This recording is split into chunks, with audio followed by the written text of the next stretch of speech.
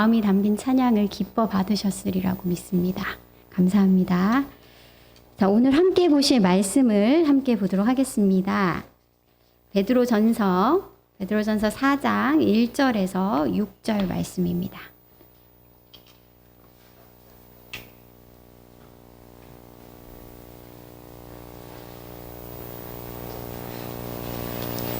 베드로전서 4장 1절에서 6절 말씀입니다.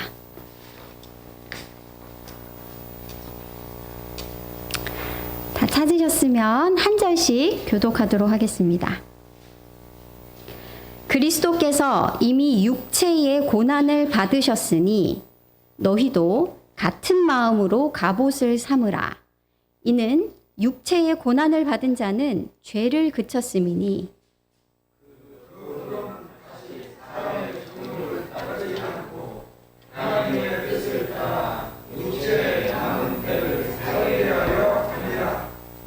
너희가 음란과 정욕과 술 취함과 방탕과 향락과 무법한 우상 숭배를 하여 이방인의 뜻을 따라 행한 것은 지나간 때로 족하도다.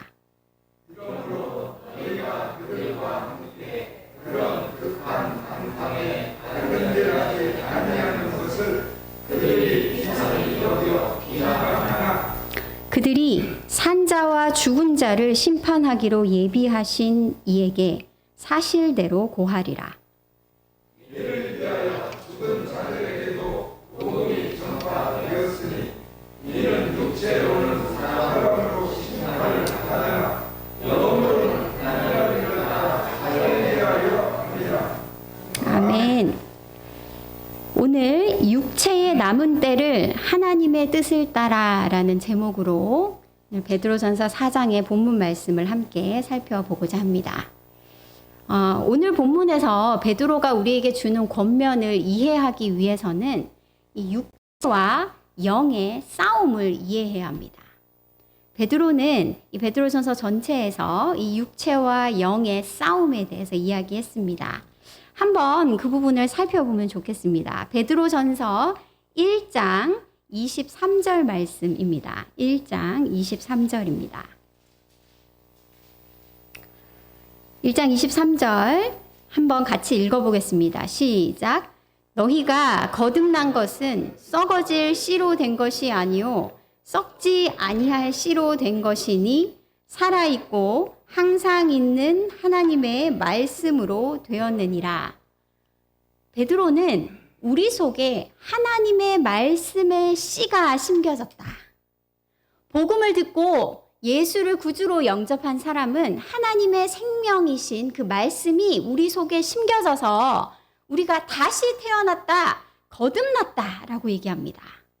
예전에는 죽어있던 우리가 살아나 새 생명을 얻어서 다시 태어났다라는 얘기를 합니다.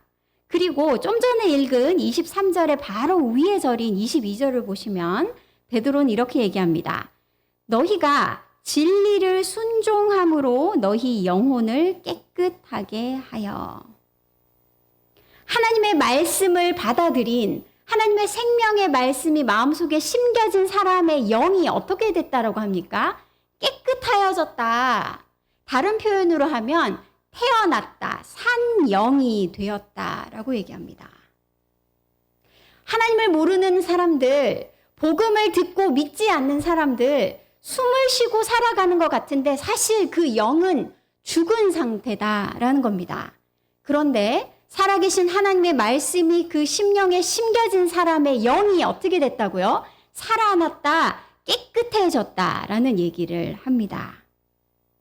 그런데 여러분, 우리의 육체는 여전히 정욕에게 지배당할 수 있는 상태다라는 것도 베드로가 얘기합니다.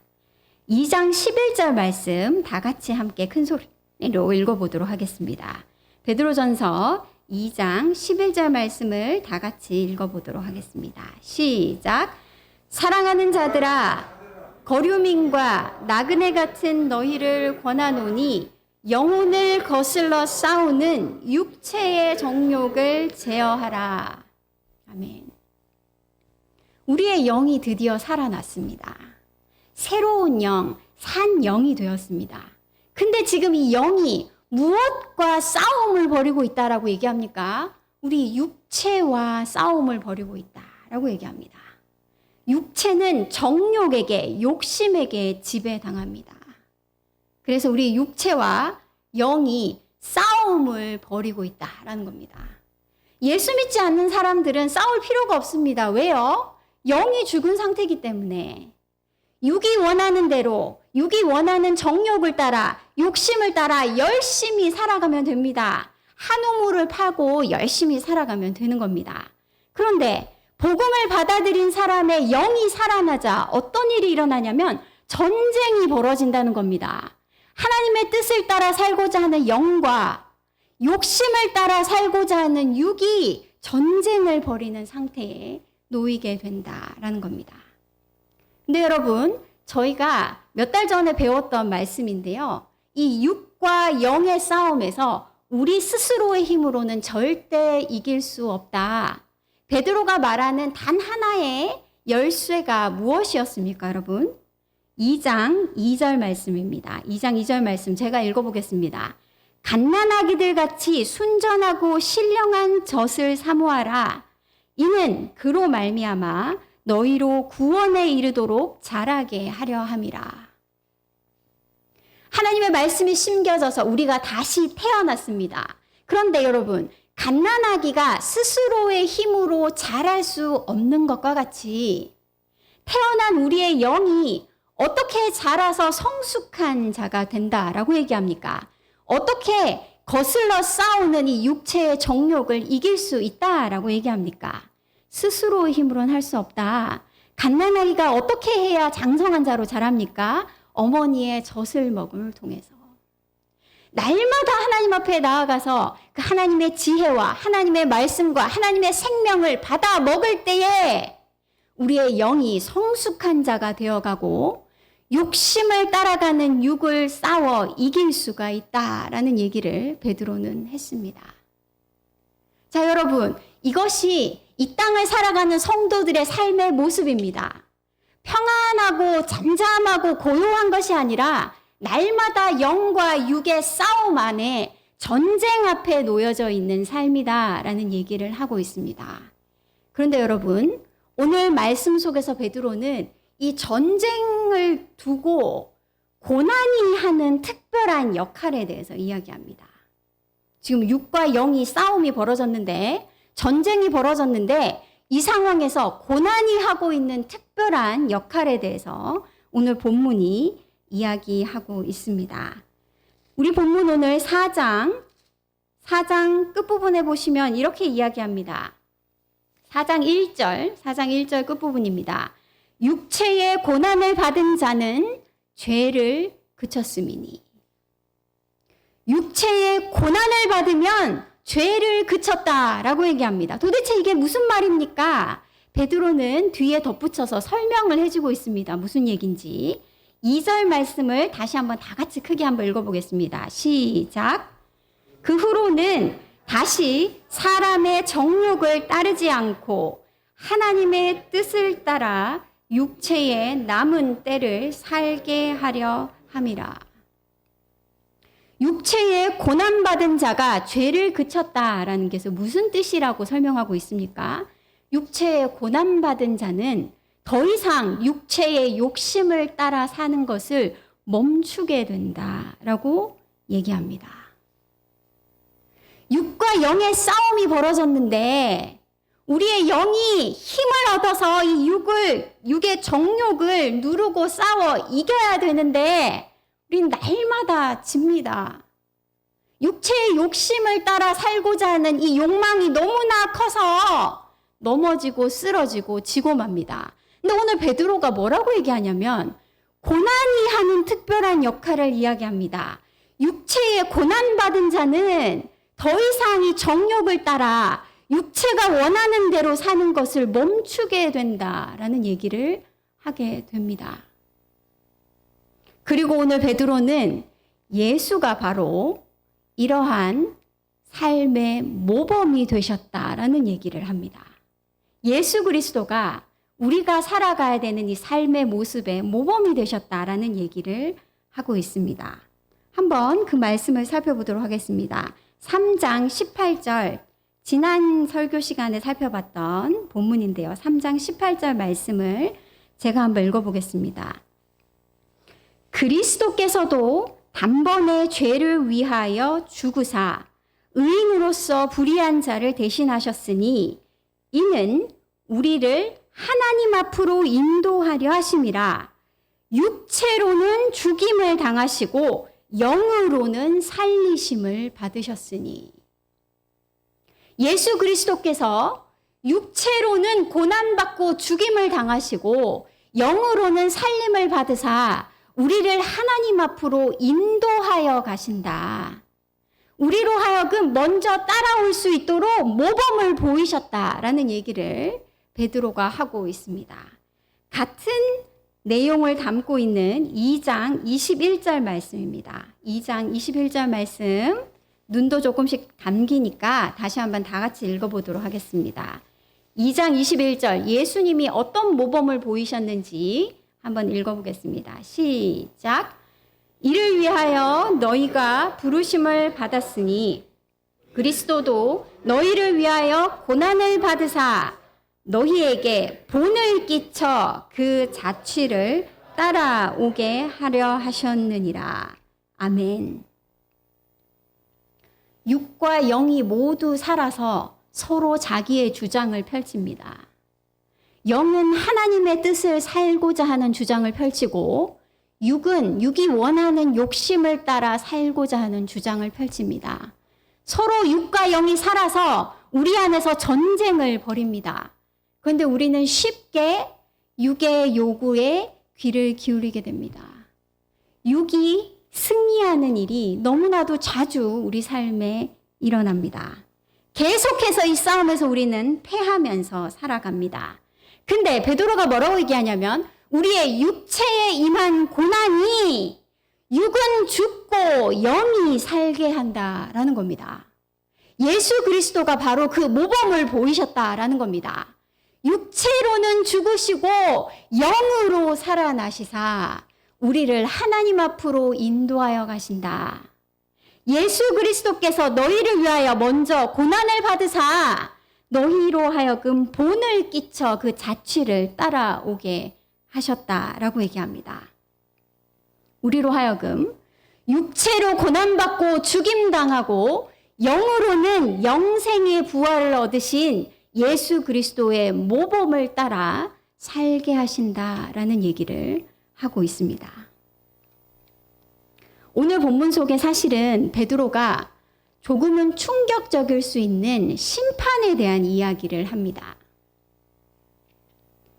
지금까지 여러분 베드로 전서에서 우리가 살펴본 아주 흥미로운 표현이 하나 있었습니다. 기억나실지 모르겠습니다.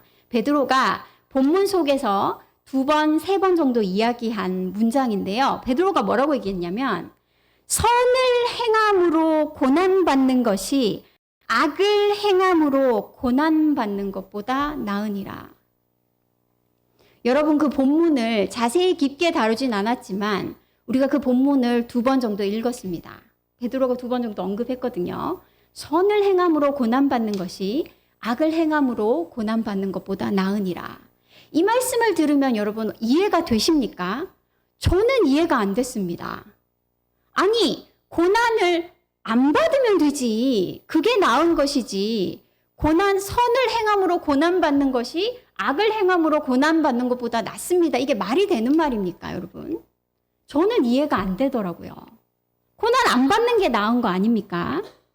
근데 여러분, 베드로가 이 말씀을 반복해서 이야기할 때에 이 문장에 전제가 있습니다. 그 전제가 뭐냐면 모두가 예외 없이 고난받는다라는 겁니다. 한 사람의 예외도 없이 모두가 고난받는다. 이 전제를 생각하면 베드로의 이 말씀이 고개가 끄덕여집니다. 고난받는다면 선을 행함으로 고난받는 것이 악을 행함으로 고난받는 것보다 나으니라 라는 베드로의 말씀에 고개가 약간 끄덕여집니다. 근데 여러분, 베드로가 반복해서 이야기한 이 문장이 정확하게 어떤 뜻인지가 사실 오늘 본문 속에서 명확하게 드러납니다. 베드로는 그 고난이 무엇이다라고 얘기하냐면 심판이다라고 얘기합니다. 제가 아까 표현했던 것처럼 처음 보는 순간 충격에 빠지는 얘기입니다. 심판이다. 모두가 예외 없이 심판받는다. 그렇다면 선을 행함으로 심판받는 것이 악을 행함으로 심판받는 것보다 나으니라 라는 얘기를 하고 있습니다. 베드로의 얘기를 조금 더 구체적으로 살펴보도록 하겠습니다. 베드로는 베드로전서에서 사람들이 이 세상을 살아가는 모습을 무엇이다 라고 묘사했습니까? 몇 번 우리가 다루었기 때문에 어렴풋이 기억나실 수도 있을 것 같습니다. 우리가 이 세상을 살아가는 모습을 무엇이라고 묘사하냐면 홍수 가운데에 둘러싸여 있다라고 묘사합니다. 노아의 홍수 이야기를 하면서 이 세상을 살아가는 사람들이 홍수 속에 있다라고 얘기합니다. 그리고 지난 시간에 우리가 살펴본 바에 의하면 그 홍수가 가지는 의미가 무엇이었습니까, 여러분? 홍수는 무엇입니까? 이 물은 침례를 예표하는 것인데 우리를 둘러싼 이 고난, 이해할 수 없는 어려움, 이 땅에서 당하는 이 모든 어려움과 환난들이 홍수와 같은 것인데 이것이 무슨 역할을 한다라고 얘기했습니까, 베드로가?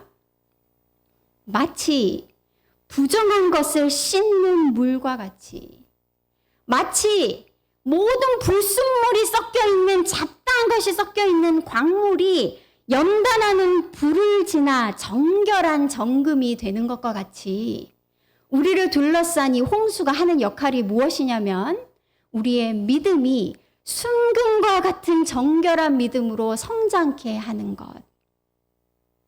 우리가 세상의 잡다한 것을 의지하는 것이 아니라 생명 대신 하나님만을 의지하고 신뢰하는 자, 장성한 자가 되도록 하는 것. 우리를 정결케 하는 물이다라고 표현한 바가 있습니다. 하나님의 나라가 임하기 전에 무엇이 임한다라고 얘기하냐면 심판이 임한다라는 겁니다. 이 세상이 죄로 인해서 저주받고 뒤틀려 있고 엉망으로 되어 있는 이 세상이 하나님의 나라가 임하기 전에 정결케 함을 받는 이 심판의 시간을 지나고 있다라는 얘기를 합니다. 우리가 지나고 있는 이 홍수는 베드로의 표현에 따르면 하나님의 나라가 임하기 전에 하나님의 사람들을 정결케 준비시키는 심판의 시간이다라는 이야기를 합니다. 오늘 본문 속에서 굉장히 흥미로운 표현이 또 등장합니다. 베드로전서 4장, 아까 읽은 부분인데요. 4장 4절입니다. 4장 4절. 이러므로 너희가 그들과 함께 그런 극한 방탕에 다름질하지 아니하는 것을 그들이 이상히 여겨 비방하나. 여기서 그들이라는 것이 이 세상의 사람들입니다. 이 세상의 사람들이 무엇을 하냐면 3절과 같이 음란과 정욕과 술취함과 방탕과 향락과 우상 숭배를 하며 자신의 욕심을 따라 육체의 정욕을 따라 살아간다. 근데 그들이 우리를 보고 이상하게 생각한다는 겁니다. 뭐를 이상하게 생각하냐면 그들처럼 똑같이 그러한 극한 방탕에 다름질하지 아니하는 것을 이상하게 생각한다라는 겁니다. 네, 여러분, 여기에 쓰인 이 표현 극한 방탕이라는 표현이 정확하게 원어를 번역을 하면 방탕의 홍수입니다. 베드로가 지금 묘사하는 바가 뭡니까? 이 세상은 홍수와 같은 하나님의 나라가 임하기 전에 사람들을 정결하게 준비시키는 심판의 기간인데 이 홍수를 자기들 마음대로 살아가는 자들이 있다는 겁니다. 그게 누구냐? 이 세상의 사람들입니다. 홍수를 하나님의 뜻대로 정결케 하는 심판의 시간으로 삼는 것이 아니라 자신들의 욕심을 따라 다름질하는, 여기서 다름질하다라는 뜻이 선수들이 결승점을 향해서 있는 힘을 향해서 질주하는 모습을 일컫는 말입니다. 방탕의 홍수 속에 자신의 욕심이 원하는 대로 있는 힘을 다해 달려가면서 살아가고 있는 세상의 사람들의 모습을 묘사하고 있습니다. 여러분, 지금 베드로가 무엇을 이야기하고 있습니까? 이 홍수의 시간을 살아가는 두 그룹의 사람의 모습을 이야기합니다. 홍수 가운데 그것을 방탕 홍수로 삼아 자신의 욕심이 원하는 대로, 자기가 원하는 대로, 육체가 원하는 대로 있는 힘을 다해서 누리며 즐기며 그것을 향해서 질주하면서 살아갈 것이냐? 하나님이 이 허락하여 주신 정결의 시간 동안에, 이 홍수를 지나는 동안에 만나는 육체의 고난들과 어려움들을 통해 믿음을 성장케 하고 불순물을 떨어내고 순전한 믿음으로 자라가는 정결의 시간으로 삼을 것이냐. 두 그룹의 사람에 대해서 이야기하고 있습니다.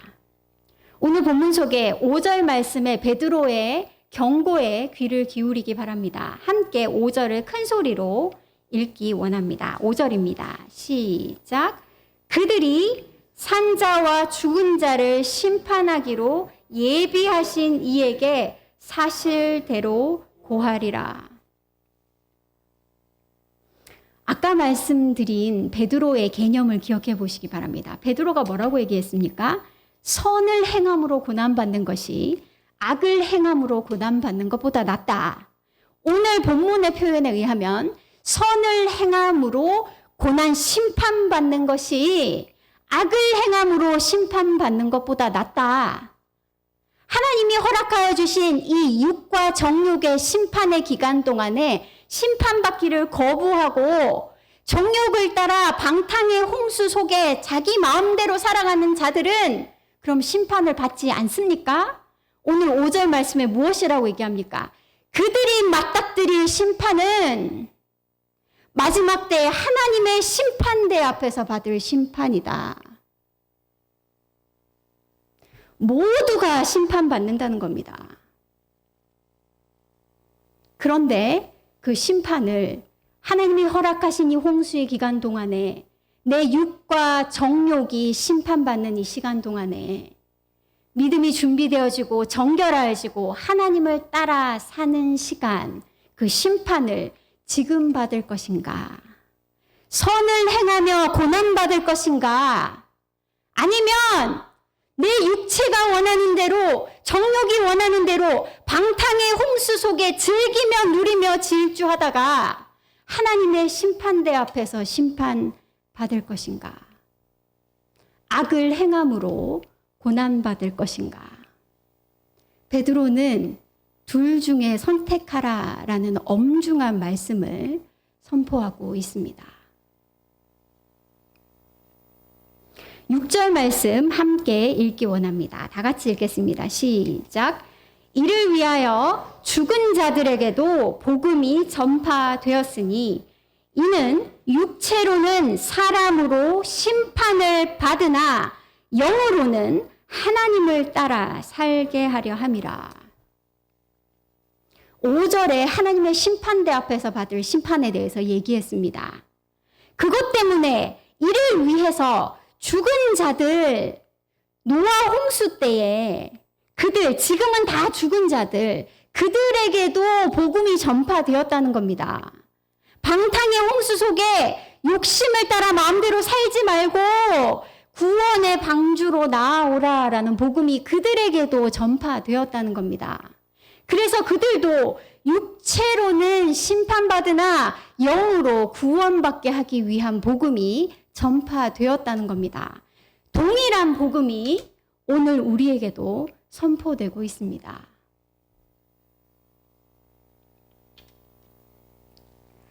베드로는 오늘 말씀 속에 4장 1절에서 이러한 홍수를 지나가고 있는 하나님의 백성들에게 하나의 권면을 하고 있습니다. 4장 1절 초반 부분을 제가 읽어보겠습니다.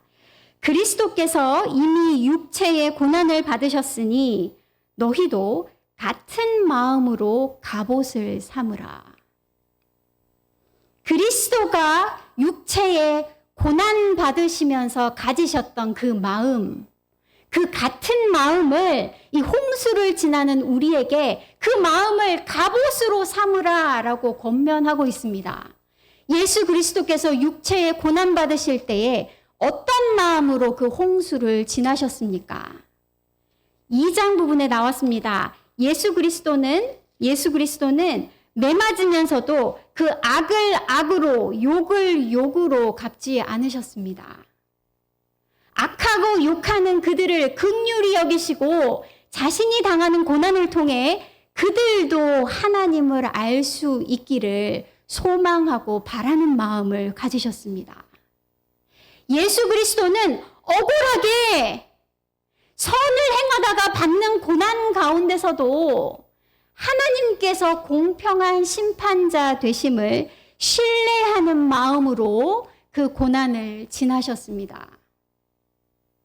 예수 그리스도는 하나님 아버지께서 자신을 십자가에 내어주셨음에도 불구하고 자신의 삶에 이해할 수 없는 고난이 임했음에도 불구하고 하나님이 그 뼈를 하나도 꺾이지 않도록 하시는 분임을 믿는 마음으로 그 고난을 지나셨습니다. 내 삶에 내가 이렇게 하나님을 향해서 헌신하고 살아온 내 삶에 왜 이렇게 이해할 수 없는 고난이 임했습니까? 이해할 수 없는 십자가에 내가 내어줌을 당했을지라도 어떤 마음으로 이 홍수를 지나야 한다고요? 어떤 마음을 갑옷을 삼아서 이 홍수를 지나야 된다고 얘기합니까? 나를 십자가에 내어주실지라도 그 뼈가 하나도 꺾이지 않도록 눈동자같이 나를 지켜보시는 아버지 하나님을 믿는 마음, 신뢰하는 마음, 하나님의 구원을 끝까지 참고 기다리는 마음.